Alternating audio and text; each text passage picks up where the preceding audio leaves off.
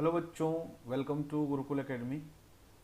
आज की क्लास में हम लोग स्टार्ट करने जा रहे हैं application of trigonometry, class 10 mathematics का chapter number 9, that is application of trigonometry. इसके पहले हमने चैप्टर नंबर 8 किया हुआ है। चैप्टर नंबर 8 में हम बेसिक ट्रिगोनोमेट्रिक फंक्शंस देखे हुए हैं, ट्रिगोनोमेट्रिक रेशियो पढ़ा हुआ है हमने, और बहुत सारे एंगल्स हमने लर्न किए और बहुत सारे वैरायटी के क्वेश्चंस भी हमने किए हुए हैं। सो इस चैप्टर में हम उसी के एप्लीकेशंस देखने वाले हैं कि हम ट्रिगोनोमेट्री का यूज़ कैसे कहाँ कर सकते हैं। जैसे आपने मेरा अगर पुराना वीडियो देखा होगा तो मैंने वहाँ पे बताया हुआ था, अगर हमको किसी हील की हाइट निकालनी है, किसी पेड़ की हाइट निकालनी है, ऐसे जगह पे हम ट्रिगोनोमेट्रिक को अप्लाई कर सकते हैं और ट्रिगोनोमेट्री के थ्रू हम उनकी हाइट या लेंथ निकाल सकते हैं। तो एक्सरसाइज 9.1 स्टार्ट करने से पहले बेसिक्स आपको थोड़े आने चाहिए, उनको मैं यहाँ पे रिपीट करता हूँ। ठीक है। सो सबसे पहले बेसिक्स में आपको क्या आना चाहिए, सारे एंगल्स आपको पढ़ने हैं। लाइक 0 डिग्री पे, 30 डिग्री पे, 45 डिग्री पे, 60 डिग्री एंड 90 डिग्री पे sine theta, cos theta, tan theta, sec theta, cosec theta और कॉट थीटा की वैल्यू आपको लर्न करनी है। ठीक है। जैसे कि आपको मैंने पहले ही मेरी वीडियो में बताया हुआ, तो आप वहाँ से जाके इन सारे वैल्यू को लर्न कर सकते हैं और आपको इनको रटना होगा, उसके बाद ही आप कुछ भी कर सकते हैं। लाइक जैसे साइन 0 की वैल्यू क्या होती है, साइन 0 की वैल्यू होती है 0, साइन 30 1/2, साइन 45 1/√2, साइन 60 √3/2 और साइन 90 1। और कॉस थीटा इसकी वैल्यू रिवर्स हो जाती है और टेन थीटा आपको करनी पड़ेगी, है ना। Tan theta tan zero is 0, ये 1/√3 होता है, 1045 1 होता है और ये √3 होता है और ये आपका 1090 होता है इनफाइनाइट, है ना। क्योंकि ये 0 होती है तो 1/0 की वैल्यू इनफाइनाइट होती है। ठीक है। तो ये आपको सबसे पहले करने होंगे, ये होने के बाद ही हम आगे बढ़ सकते हैं। ठीक है। तो सबसे पहले आपको एंगल्स लर्न करने पड़ेंगे। सारे एंगल्स लर्न होने के बाद आपको मालूम है कि पाइथागोरस थ्योरम कहाँ अप्लाई होता है। पाइथागोरस थ्योरम अप्लाई होता है एक राइट एंगल ट्राइंगल पे। राइट एंगल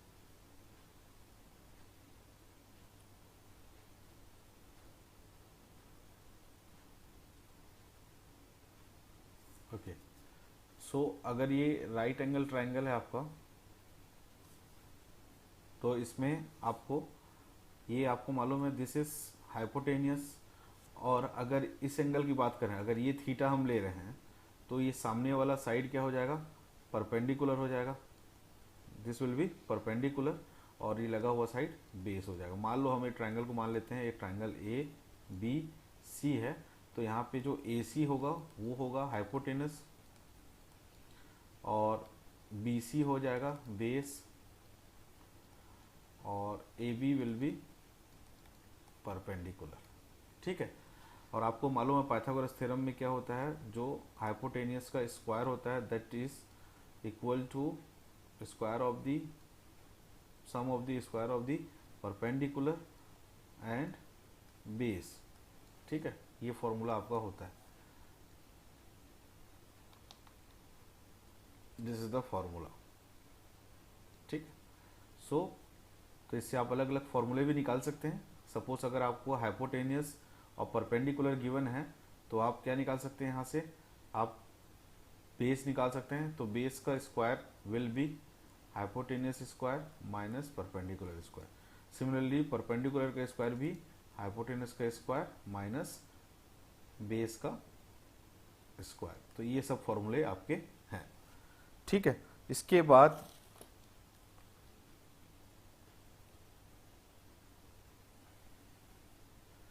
बाद आपको करना होगा, इसके बाद कुछ ट्रिगोनोमेट्रिक आइडेंटिटीज हमने देखे हुए थे।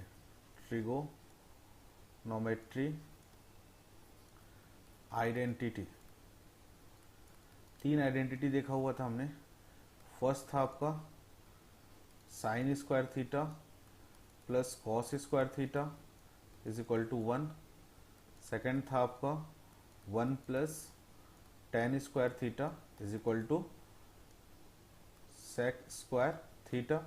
और थर्ड था आपका 1 plus cot square theta is equal to cosec square theta. ये आपको लर्न करने हैं, ठीक है। अब बाकी आपको मालूम है कि साइन थीटा क्या होता है। साइन थीटा होता है perpendicular by hypotenuse. Similarly cosec theta इसका अपोजिट होता है, रेसिप्रोकल होता है। Cosec theta will be equal to hypotenuse by perpendicular.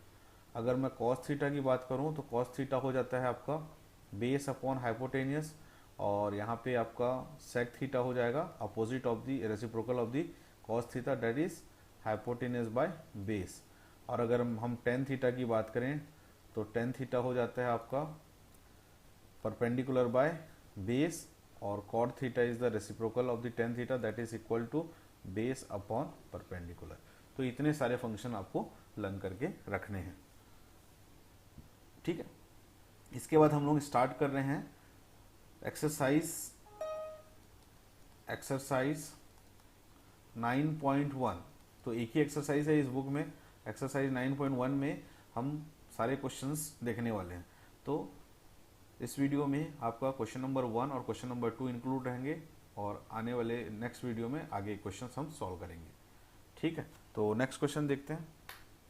Question है आपके पास, a circus artist is climbing a 20 metre long rope. तो मान लो एक सर्कस आर्टिस्ट एक 20 मीटर लॉन्ग रोप में क्लाइंब कर रहा है, चढ़ रहा है ना।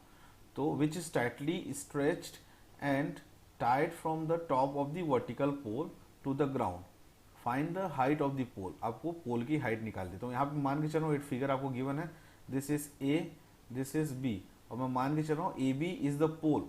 आपको इसी की हाइट निकालनी है। और ये एक कोई तीसरा पॉइंट सी है जहाँ पे इस लॉन्ग रोप को, रोप है, ए सी इज द रोप जिसकी हाइट, जिसकी लेंथ है 20 मीटर।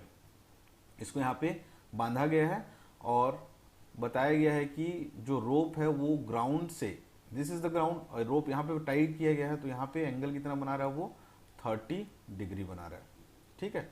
तो आपको हाइट निकालनी है पोल की, ए बी की हाइट निकालनी। तो मैं ए बी की हाइट को मान के चलता हूँ h। तो सॉल्यूशन स्टार्ट करते हैं हम लोग, ठीक है। तो इसका सॉल्यूशन देखेंगे।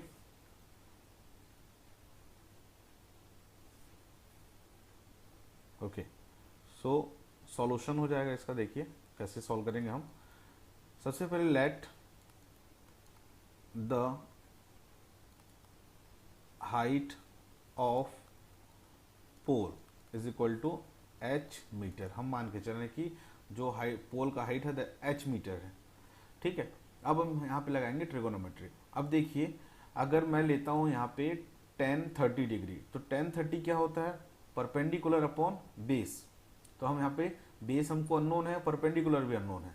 तो हमको ऐसे कुछ ट्रिगोनोमेट्रिक फंक्शंस लगाने हैं जिसमें कोई एक वैल्यू अननोन हो। तो मैं यहाँ पे अगर साइन 30 लगाता हूँ तो परपेंडिकुलर अपॉन हाइपोटेनियस।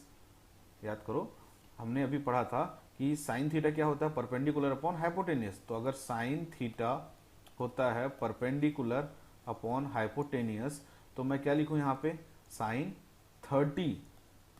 देखिए ये एंगल है 30, तो इसका सामने वाला क्या हो जाएगा, परपेंडिकुलर हो जाएगा। जो एंगल रहता है उसका सामना परपेंडिकुलर हो जाता है, और बचा हुआ साइड बेस हो जाता है। हाइपोटेनियस तो फिक्स रहता है।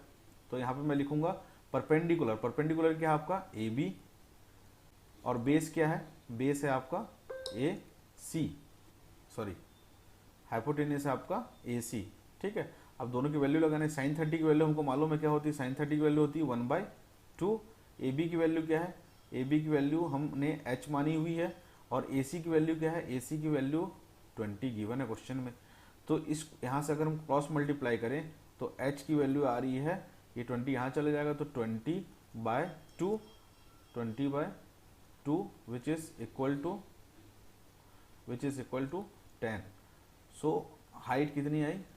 सो हाइट आ गई पोल की 10 metre. This is the answer, this is the answer. ठीक है, तो इस क्वेश्चन को हमको ऐसे सॉल्व करने हैं। ठीक है, इम्प्लाइज लगाना नहीं भूलना बच्चों, इसी पे पूरा मैथ्स आपका बेस्ड है। सो ये क्वेश्चन यहाँ पे आपका सॉल्व हो गया। नेक्स्ट क्वेश्चन देखते हैं। क्वेश्चन नंबर 2 है हमारे पास। A tree break due to storm and the broken part bend so that top of the tree touches the ground making an angle 30 degree with it.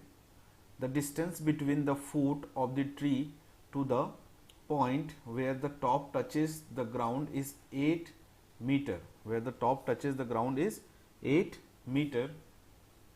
Find the height of the tree. अब हम मान के चल रहे हैं कि ये एक पेड़ है ना, तो यहाँ पे पेड़ का और एक हिस्सा आएगा, तो अब मान के चल रहे हैं कि ये आएगा आपका एक पेड़ है कंप्लीट। दिस इज लेट ए और ये पॉइंट है बी। ठीक है, ये पेड़ यहाँ से आंधी तूफान में टूट कर जमीन में गिर जाता है, तो ये तीसरा पॉइंट सी है जो जमीन को टच कर रहा है। तो ये पेड़ का एक टॉप वाला पॉइंट है, मतलब हम मान के चलते हैं कि this is the A dash, है ना। टूटने के बाद ए डैश आपका यहीं आ जाएगा, इसी पॉइंट पे आ जाएगा, है ना। तो ए डैश पॉइंट हम इसको मान के चलते हैं।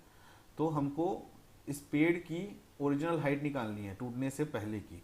और क्वेश्चन में क्या गिवन है? क्वेश्चन में गिवन है हमको the distance between the foot of the tree to the point where the top touches the ground is 8 metre. Find the height of the tree. हमको ट्री का हाइट निकालना है। तो ये जो पेड़ का कटा हुआ हिस्सा, टॉप वाला हिस्सा जब जमीन पे गिरता है तो उसका डिस्टेंस आपको गिवन है, यहाँ से आपको यहाँ तक का डिस्टेंस गिवन है ना। This is 8 metre. Okay, this is 8 metre और एक एंगल दिया हुआ आपको, tree touches the ground makes an angle 30 degree. तो ये 30 डिग्री आपको गिवन है। ठीक है, हम मान के चलते हैं कि ये एक पॉइंट है डी, तो बी डी एक्स मीटर का है मान लेते हैं, और जो ए डी है जो टूटा हुआ हिस्सा है वो वाई हाइट का है ना, वाई मीटर का है। सो अब यहाँ पे सबसे पहले हम सॉल्यूशन जब स्टार्ट करेंगे, सॉल्यूशन स्टार्ट करने से पहले हम लिखेंगे let the height of tree is A B उसकी हाइट है, which is equal to X plus Y metre, which is equal to X plus Y metre. समझ में आया? उसके बाद हम क्या करेंगे, ये हाइट मिल गया हमको, मान के चल रहे हैं। अब हम सबसे पहले देखो, हमको यहाँ पे बेस मालूम है, ये 30 डिग्री मालूम है, तो हम ऐसा क्या लगाएं कि हमको ये टूटा वाला हिस्सा मिल जाए या ये परपेंडिकुलर मिल जाए यहाँ से यहाँ तक का। ठीक है, तो हम लगाते हैं यहाँ पे देखो tan 30 अगर लगाएंगे तो परपेंडिकुलर अपॉन बेस मिल जाएगा, परपेंडिकुलर अपॉन बेस। अगर ये 30 डिग्री है तो दिस विल बी परपेंडिकुलर और ये हो जाएगा बेस। तो यहाँ पे अगर हम tan थीटा लगाते हैं, tan 30 है, ये एंगल 30 गिवन है, तो इसका सामने वाला साइड परपेंडिकुलर हो जाएगा विच इज x। तो यहाँ पे लगाते हैं हम लोग tan 30। So as per diagram लिख देंगे, एज पर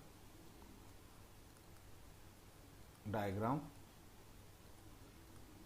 tan 30 is equal to perpendicular upon base, और परपेंडिकुलर क्या है आपका BD, और बेस क्या है आपका BA डैश मान लो या BC कर लो, जैसा जो भी नाम आप लेंगे वो नाम यहाँ पे आप लिखेंगे। ठीक है, अब tan 30 की वैल्यू होती है बेटा 1/√3, BD की वैल्यू है 8 मीटर, और BD की वैल्यू गिवन नहीं है, तो BD की वैल्यू को हम x मान के चल रहे हैं, x मीटर, और ये हमको गिवन है 8। अब यहाँ से अगर मैं इसको इधर क्रॉस मल्टीप्लाई करूँ तो क्या बनेगा, ये x की वैल्यू मुझे यहाँ से मिल रही है 8/√3 मीटर। ठीक है, 8/√3 मीटर, ये मुझे x मतलब BD तक की हाइट मिल गई। So this is 8/√3। अब हमको निकालना है ये कटा हुआ वाला हिस्सा, जो पेड़ का टूटा हुआ हिस्सा है, that is D A dash मान रहे हैं, तो उसको हम कैसे कैलकुलेट करेंगे। ठीक है, अब हमको यहाँ पे निकालना है हाइपोटेनियस, है ना। तो हाइपोटेनियस निकालना है, तो अगर मैं यहाँ पे sin 30 लगा देता हूँ, तो sin 30 क्या होता है, परपेंडिकुलर अपॉन हाइपोटेनियस, है ना। या फिर हम cos 30 भी लगा सकते हैं। cos 30 क्या होता है, बेस अपॉन हाइपोटेनियस। तो cos 30 भी लगा सकते हैं, कुछ भी लगा सकते हैं हम। तो मैं यहाँ पे अप्लाई कर रहा हूँ cos 30। cos 30 होता है बेस अपॉन हाइपोटेनियस। तो बेस क्या है, बी ए डैश अपॉन हाइपोटेनियस है आपका डी ए डैश। ठीक है, तो यहाँ पे आप वैल्यू डाल लें। cos 30 की वैल्यू क्या होती है, cos 30 की वैल्यू होती है √3/2, और बी ए डैश की वैल्यू गिवन है आपको, बेस दैट इज 8 मीटर, और हाइपोटेनस वही तो आपको निकालना है। ठीक है, तो यहाँ से हम लोग निकालें आगे। तो हाइपोटेनस की वैल्यू हो जाएगी, क्रॉस मल्टीप्लाई कर लो, तो हाइपोटेनस उधर चले गया, तो ये हो जाएगा 8/√3 × 2। तो हाइपोटेनस की वैल्यू आ जा रही 16/√3। ठीक है, तो ये टूटा वाला हिस्सा, दिस इज 16/√3, ये हमको मिल गया। अब हमको क्या करना है, we have to find the height of the tree. तो हाइट ऑफ द ट्री क्या हो जाएगा, okay, height of tree. Height of tree क्या होती है, हमको मालूम है, ए बी हमने माना हुआ था, which is equal to x plus Y, और यहाँ से ये y की वैल्यू है, और this is the value of x हमने निकाल लिया है दोनों, है ना। तो दोनों वैल्यू को हम पुट कर लेते हैं। तो x की वैल्यू क्या है 8/3, और इसकी वैल्यू है 16/√3। ठीक है, दोनों √3 है, दोनों में एलसीएम आ जाएगा √3, एलसीएम √3, और ऊपर वाला ऐड हो जाएगा, तो 16 और 8 24। 24 को हम लिख सकते हैं, 24 को हम लिख सकते हैं 8 ×